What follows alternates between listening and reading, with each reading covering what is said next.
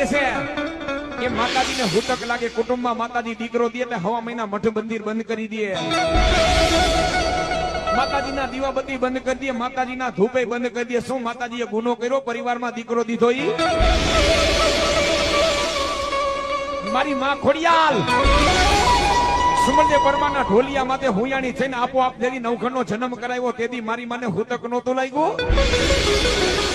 તેથી હુતક ક્યાં ગયું? તો આ તો માણસો બધા હાલી નીકળ્યા છે. જેટલી અંધશ્રદ્ધા હોય ને ત્યાં કુટુંબ દુખી થાય.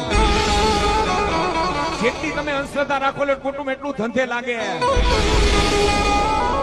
બાકી કુટુંબની માલિકો મારી માં દીકરો દે ને દીકરાનો કોઈ દી હુતક નો લાગે. હુતક ક્યારે લાગે? 20 વર્ષનો દીકરો, 25 વર્ષનો દીકરો.